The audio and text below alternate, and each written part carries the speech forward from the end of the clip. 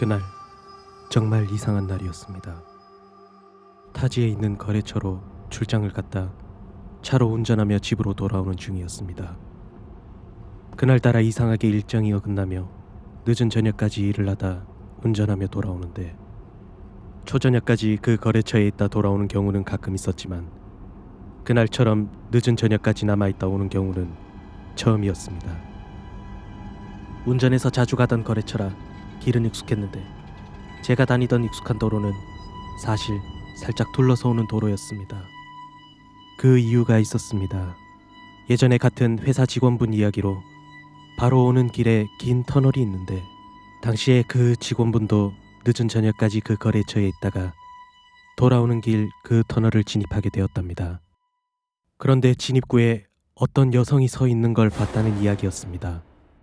너무 위험해 보였고 늦은 저녁에 스쳐 지나가듯 보였지만 이상하게 웃고 있는 여성의 모습에 너무 무서웠다고 하면서, 또 그 터널에 유독 이상하게 많은 사고가 발생한다고 덧붙여 이야기해 주셨습니다. 사실 전 겁이 좀 많은 편이라 그 이야기를 듣고는 거래처에 갔다 돌아올 때면 시간이 낮이고 급하게 회사에 복귀해야 한다면 그 터널을 이용했지만, 웬만하면 초저녁 때 끝나서 돌아오게 되면 둘러오는 길을 택했었습니다. 하지만 그날따라 처음으로 늦은 저녁에 일이 끝나면서 너무 피곤하고 또 졸음이 몰려오는데 얼른 집에 가서 쓰러지듯 잠들고 싶었습니다. 졸음운전 사고의 위험도 있고 어쩔 수 없이 그 터널을 이용해 가기로 했습니다. 사실 그 이야기가 생각나면서 살짝 무섭긴 했지만 그것보다도 얼른 집에 가서 자고 싶다는 생각이 더 컸었습니다. 저 멀리 터널의 진입구가 보이는데 늦은 저녁이라 그런지 주위에 차 한 대 보이지 않았고 입구가 점점 가까워지는데, 그 순간 입구 오른편에 실루엣이 살짝 비쳐 보였습니다. 순간 깜짝 놀라서 정신이 번쩍 들면서 겁이 나는데 다시 돌아갈 수도 없고 속도를 높이며 그대로 터널에 진입했습니다. 긴 터널을 주행하는데 그날따라 이 터널은 아무리 가도 끝이 안 보이는 것처럼 느껴졌습니다. 차 한 대 보이지 않고 입구에서 스쳐 지나가며 보였던 실루엣이 계속해서 생각나는데 이미 잠은 다 깬 상태였습니다. 한참을 그렇게 겁먹으며 주행하는데, 그러다 갑자기 터널에 불이 깜빡이며 차 헤드라이트도 같이 꺼졌다 켜졌다를 반복하며 깜빡이는데 너무 무서웠습니다.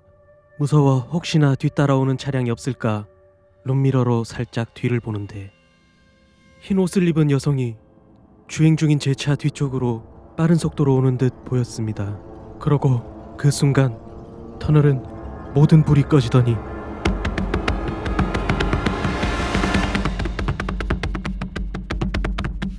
자동차 유리를 두들기는 소리가 들렸습니다.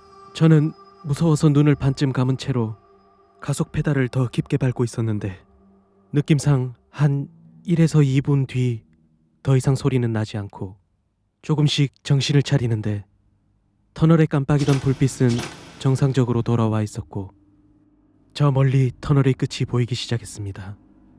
두려움과 약간의 안도감이 오는데, 그렇게 집에 도착했고 집에 들어와 놀랐던 마음을 진정시키며 겨우 잠들었습니다. 다음 날 저녁에 후유증이 남아있었지만 출근을 위해 저는 일어나 준비하고 주차장에 가서 차를 확인하는데, 저는 차를 보고 깜짝 놀라고 말았습니다. 차량 창문에 수많은 손바닥 자국이 찍혀 있는데, 저는 무서워서 회사에 연락해 몸이 안 좋아서 하루 쉰다고 하고는 빨리 이 자국을 지우고 싶은 마음뿐이었습니다. 보통은 직접 셀프 세차장에서 세차를 했지만 그 자국을 보는데 너무 소름 끼쳐 도저히 직접 세차를 할 엄두가 안 났습니다. 그래서 출장 세차 업체에 사람을 불러 부탁했습니다. 그리고 직원분이 오셔서 세차를 진행하려고 차 상태를 보시며 누가 이런 장난을 해놓았냐며 쓴웃음을 지으시고 물어보시는데, 전 그 물음에 대답할 수가 없었습니다. 세차를 시작하는 직원분이 물을 뿌리고 거품칠을 하더니, 그러다 갑자기 저한테 와서 하시는 말씀에 저는 다리에 힘이 풀리고 말았습니다. 손님, 손바닥 자국이 밖이 아니라 차 안에서 난 자국이네요. 끝.